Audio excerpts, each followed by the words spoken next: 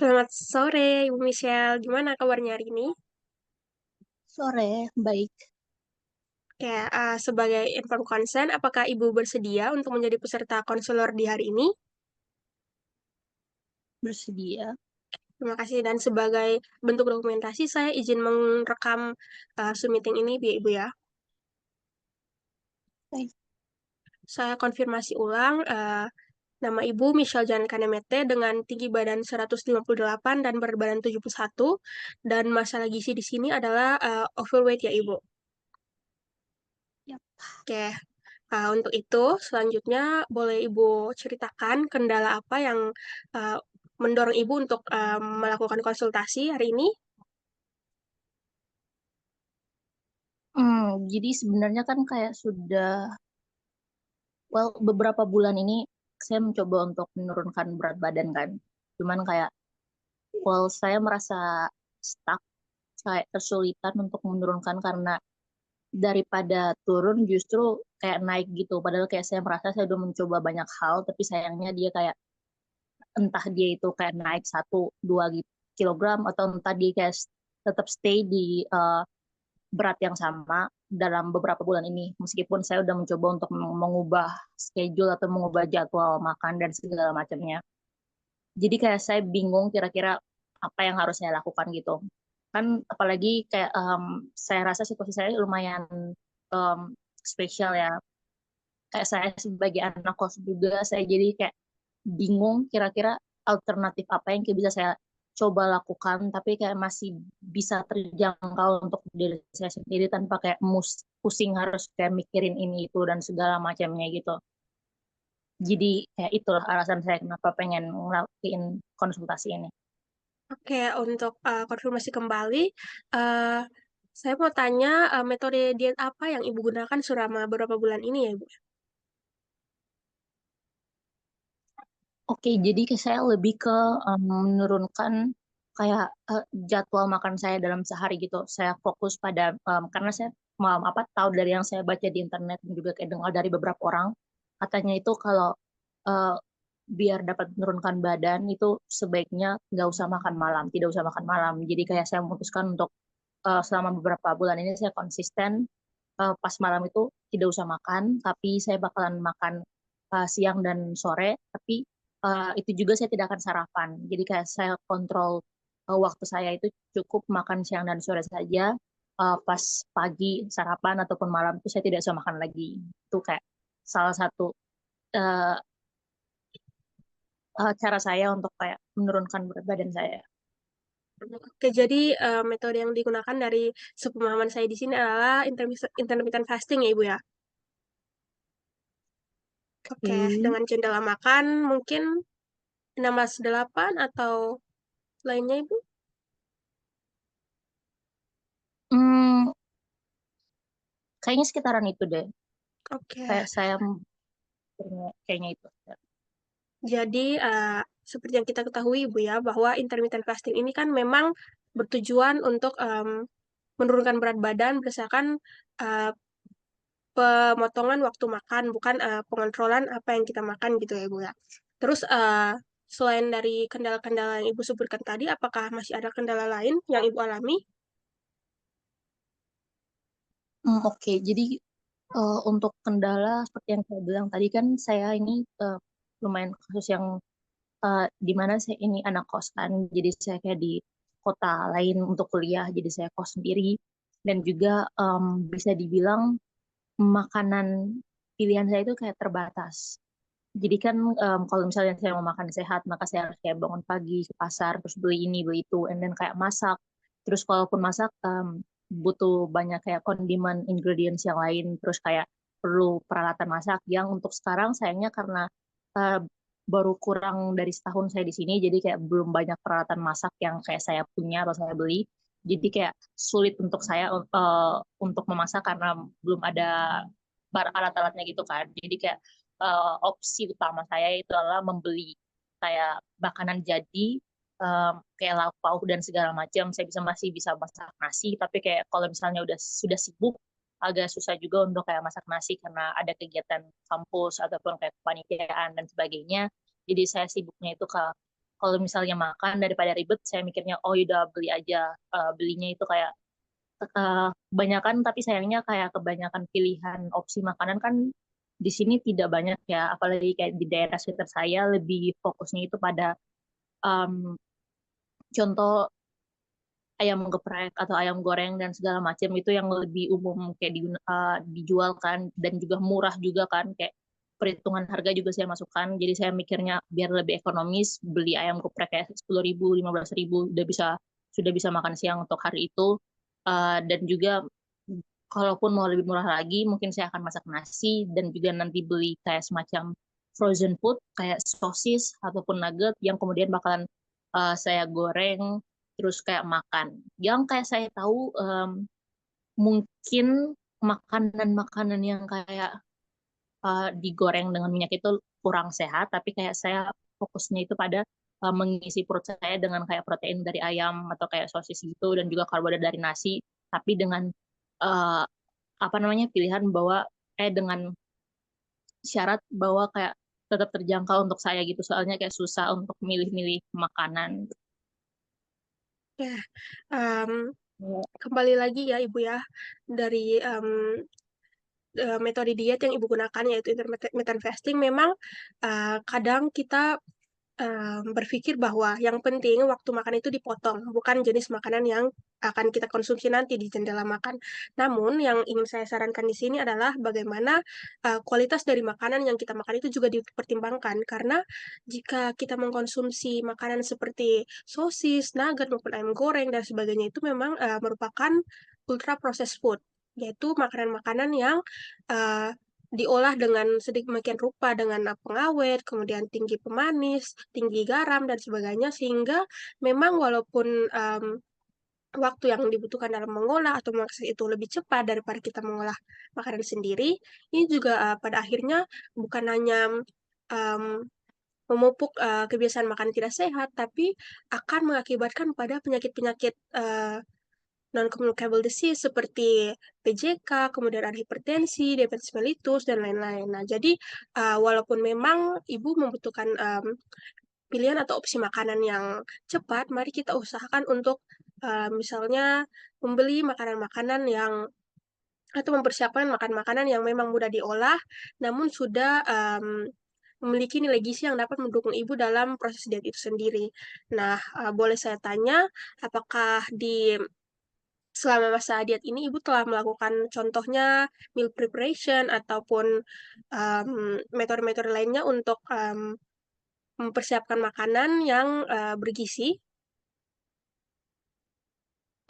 Sejujurnya sih karena seperti yang saya bilang tadi, saya kayak um, susah untuk menjangkau jenis-jenis makanan yang kayak murah dan juga kayak sehat. Jadi kayak memang saya fokusnya itu lebih ke karena saya baca-baca itu bagus untuk harus punya protein biar saya kayak kuat untuk menjalani hari ke depan ke depannya gitu. Jadi saya kayak cuman ya seadanya aja dengan kayak ayam yang nanti saya goreng dan saya makan biar kayak keep it simple.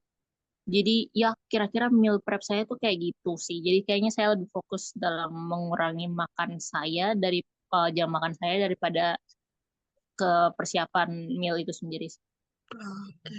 Maka saran pertama yang saya akan berikan di sini adalah bagaimana Ibu akan melakukan metode-metode seperti meal preparation ya, Ibu ya, untuk menyiapkan makanan-makanan yang mungkin di waktu-waktu senggang Ibu, seperti misalnya Ibu kan anak kos nih.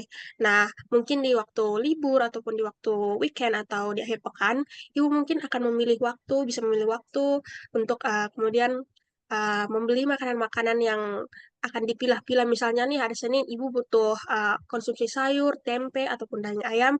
Nah, makanan-makan bahan-bahan makanan itu sudah ibu persiapkan atau lalu ibu taruh di dalam misalnya kulkas untuk diolah di kemudian hari gitu Ibu. Jadi memang waktu yang digunakan dalam mengolah makanan itu akan lebih singkat lagi, dan makanan yang dikonsumsi oleh ibu memang akan lebih memiliki kandungan gizi yang menjawab kebutuhan gizi ibu.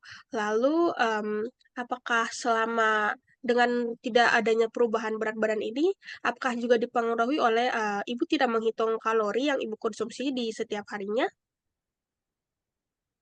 Nah, itu juga jadi salah satu permasalahan saya ya. Jadi karena kan em, dalam menghitung kalori sebenarnya saya juga baca-baca di internet sih katanya bagus kalau misalnya kita menghitung kalori makanan yang kita masuk dan keluar itu dalam sehari itu kayak uh, masuknya berapa gitu bagusnya kan.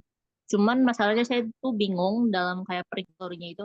Uh, Maksud saya kayak kalau misalnya makanan-makanan kayak makanan ringan dan segala macam snack itu kayak mudah untuk lihat jumlah kalorinya itu berapa. Tapi kalau misalnya makanan yang kayak saya siapkan sendiri atau saya beli, ya susah untuk menghitung kalorinya. Jadi kayak saya juga bingung kira-kira itu perhitungan kalorinya akan bagaimana dan kayak seberapa cukup sih? Apakah misalnya dalam satu piring masih 1-2 sendok, terus kayak ada ayam goreng yang paha, terus kayak ada tempe dan segala macam itu kira-kira berapa kalori? Terus kayak kalau misalnya dikurangin tempenya, kalorinya jadi berapa? Terus kayak kalau misalnya makannya cuma nasi sama ayam, apakah itu kayak kalorinya udah cukup? Apakah 2 sendok nasi itu cukup dan segala macam itu kayak agak rumit dan saya tuh kayak nggak terlalu tahu bagaimana kayak harus menghitungnya gitu. Kayak agak sulit untuk saya tahu ya.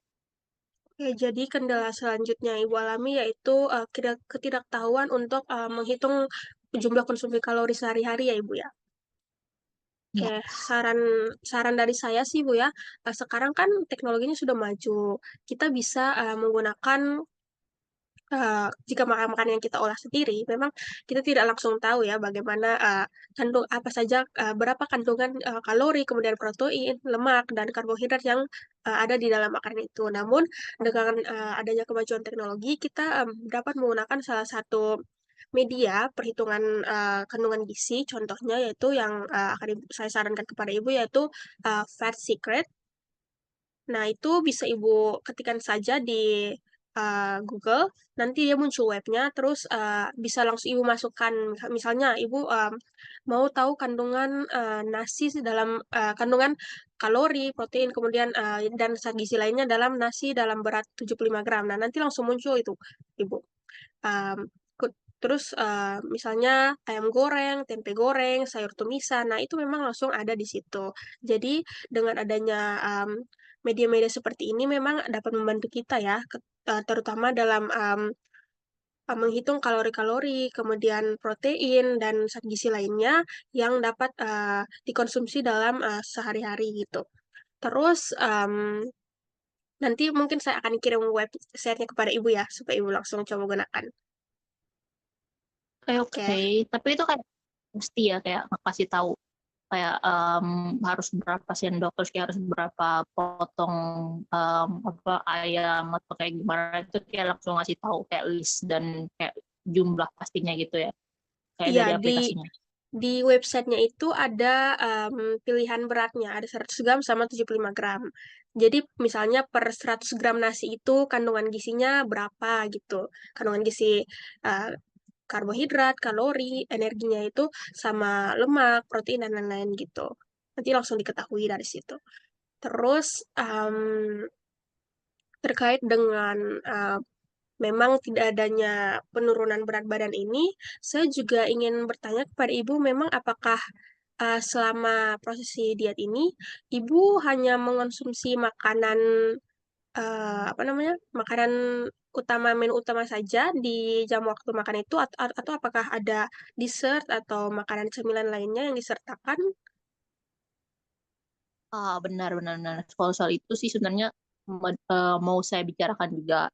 Jadi sebenarnya itu saya punya ya bisa dibilang kecenderungan eh, saya tipe-tipe yang penyuka makanan manis kan, apalagi kayak lebih ke daripada makanan kita lebih ke minuman. Jadi kayak sebagai contoh em, kayak saya lagi sibuk dengan kayak dunia kuliah, mengerjakan tugas, kerja kelompok dan segalanya.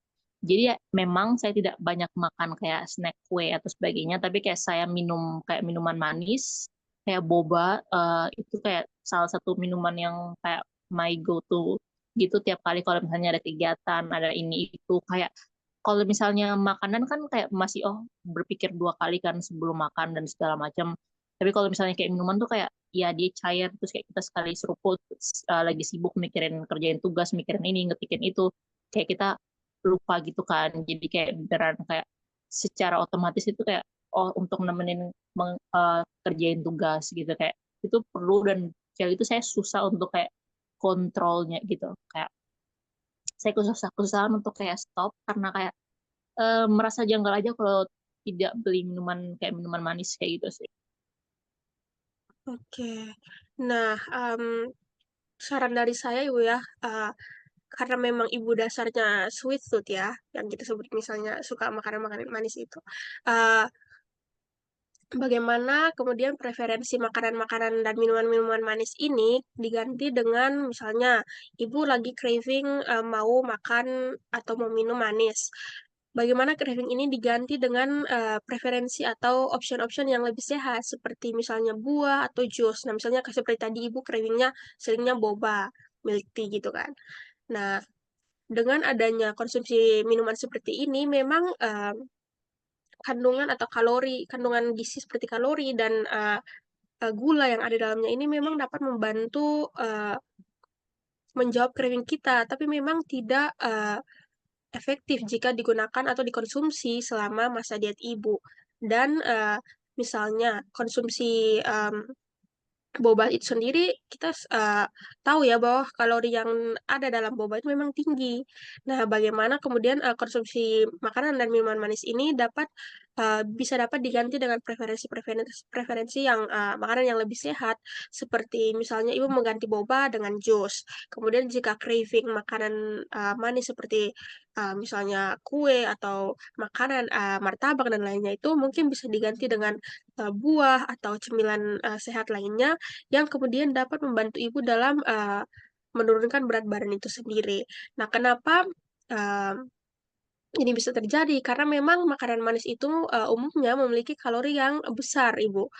Kemudian dari misalnya kita memang mungkin dalam konsumsi sehari yang mungkin cuman sedikit-sedikit, namun tidak sadar bahwa mungkin kalori dari makanan cemilan yang ibu konsumsi ini malahan lebih besar daripada kalori yang kalori dari makanan-makanan utama yang ibu konsumsi di waktu jendela makan ibu. Jadi memang penting untuk kita pertimbangkan bahwa pilihan makanan selama diet itu memang menjadi faktor yang penting juga ya, ibu ya. Walaupun memang kita membatasi waktu makan, namun kualitas makanan yang kita konsumsi sangat berpengaruh terhadap apa yang tujuan dari kita diet itu sendiri, Ibu. Nah, selanjutnya, apakah saya juga ingin bertanya, apakah selama proses diet ini Ibu melakukan aktivitas fisik seperti olahraga rutin? Itu adalah salah satu kesulitan saya juga, karena sebenarnya saya mencoba untuk kayak membuat jadwal um, workout olahraga gitu yang kayak ya untuk di rumah saja, kayak sebagai contoh mungkin kayak pilates atau ya berkaitan dengan yang bisa dilakukan di rumah. Tapi jujur karena jadwal saya yang kayak susah untuk uh, apa namanya kayak jadwalnya berubah-berubah kan, kayak ada kelas atau kayak ada kepanitiaan dan sebagainya, jadi kayak sulit untuk saya tetap konsisten, dan juga kayak saya merasa kayaknya um, saya kurang, bukan tipe-tipe orang yang olahragawan, jadi kayak tidak terlalu suka dalam melakukan kegiatan fisik. Sebenarnya saya juga mencoba untuk mungkin daripada um, membuat jadwal olahraga yang kayak akhirnya nanti tidak konsisten, mungkin kayak coba jalan gitu untuk kayak ya bisa dibilang olahraga, tapi masalahnya juga di sini agak sulit di kota saya untuk apa namanya jalan karena terlalu tidak memadai kan, kayak banyaknya kendaraan, nanti kayak ada motor yang di trotoar, jadi kayak saya sendiri jadi takut dan juga kayak parno untuk kalau misalnya jalan kaki, apalagi kayak memandang apa namanya dulu sama pandangan-pandangan orang lain kan, apalagi kalau misalnya saya jalan sendiri gitu, jadi kayak itu yang bikin saya kesulitan untuk mencoba untuk apa namanya melakukan aktivitas fisik kayak jalan.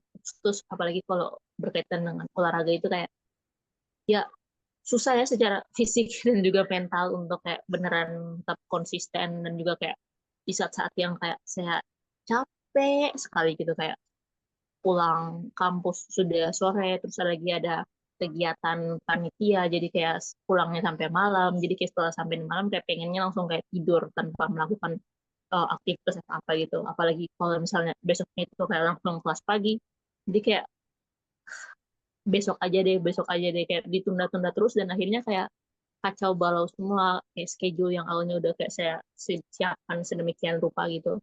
Jadinya kayak sulit untuk dilakukan itu sih. Oke, uh, saran dari saya memang sudah bagus ya Ibu ya, bahwa Ibu melakukan aktivitas fisik seperti berjalan. Nah, kemudian seperti kita ketahui bahwa dengan adanya olahraga atau aktivitas fisik ini dapat membantu kita dalam menurunkan berat badan ya Ibu ya. Nah, bagaimana Ibu untuk menambah durasi dari aktivitas fisik Ibu? Misalnya nih, kira-kira dalam sehari itu Ibu melakukan misalnya aktivitas berjalan itu berapa menit?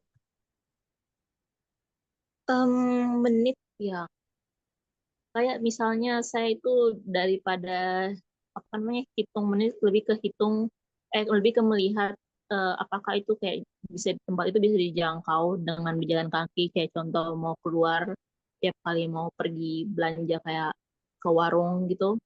Saya kalau misalnya dekat ya udah pilih dengan jalan aja atau kalau misalnya saya mau ke apa namanya ke apotik atau gimana yang mungkin di depan gang bisa keluar ke depan gang begitu. Cuman kalau itu ya bisa dibilang sekitar mungkin paling jauh ke 500 meter, 300 meter gitu ya. Kayak jalannya terus kayak bolak-balik gitu. Tapi kalau misalnya udah keluar gang, ya tidak bisa. Jadi, saran dari saya Ibu ya untuk menambah durasi dari aktivitas aktivitas fisik Ibu sendiri. Misalnya dalam sehari Ibu menaikkan durasi berjalan ke misalnya dari awal cuma 10 menit, Ibu bisa menaikkannya menjadi 30 menit.